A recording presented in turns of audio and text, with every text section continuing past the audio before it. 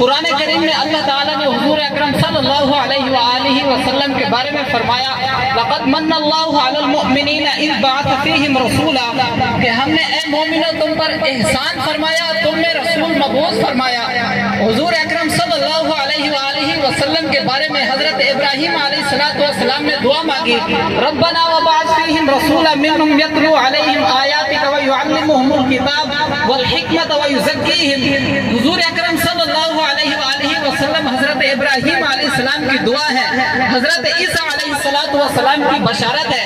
حضور اکرم صلی اللہ علیہ وآلہ وسلم کے اوصاف و کمالات بہت زیادہ ہیں۔ حضور اکرم صلی اللہ علیہ وآلہ وسلم کا شان و مرتبہ صرف اللہ تعالیٰ ہی جانتا ہے۔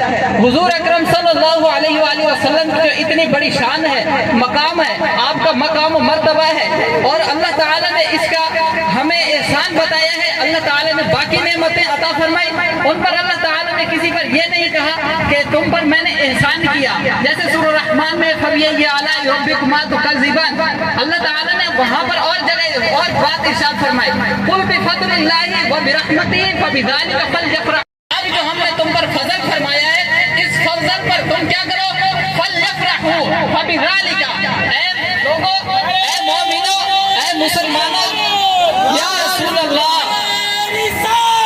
یا رسول اللہ، اے مومنوں، اے مسلمانوں، اے دنیا کے لوگوں، ہم نے تمہیں سب سے اپنا محبوب عطا کر دیا، ہم نے تمہیں سب سے اپنا آخری نبی دے دیا، ہم نے نبی آخر الزمان بھیج دیا، جس کا حضرت موسیٰ علیہ السلام انتظار کرتے رہے، جن کے بارے حضرت ابراہیم علیہ السلام دعائیں کرتے رہے۔ خانہ کعبہ بنانے کے بعد حضرت ابراہیم نے دعا مانگی ربنا وبعث فیہم رسولا، اے مالک، اے محبوب، جس رب کا، اے میرا رب، جس محبوب کا تو نے ہم سے وعدہ کیا تھا، نبیوں سے جس کا تو نے کہا تھا کہ میں آخری نبی بھیجوں گا، اے ہمارے رب اب اس رسول کو بھیج دے۔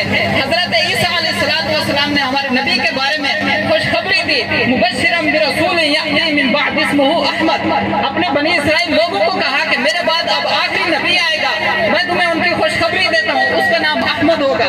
آج ہم تمام مسلمان اسی نبی آخر الزمان محمد مصطفیٰ امام الانبیاء محبوب کبریا صلی اللہ علیہ وآلہ وسلم کا میلاد منا رہے ہیں، ان کے آمد پر آج ہم خوشیاں منا رہے ہیں، اور ان کی آمد کے ساتھ ساتھ آج ہم سب مسلمانوں کو چاہیے ہم آقا کریم صلی اللہ علیہ وآلہ وسلم کی سیرت کو اپنائیں، آپ کے اخلاق کو اپنائیں، آپ کے کردار پر ہم عمل کریں، جس طرح آپ کے اعلیٰ اخلاق کو، ان اخلاق کو اپنائیں، آپ صلی اللہ علیہ وآلہ وسلم کی سنتوں پہ عمل کریں۔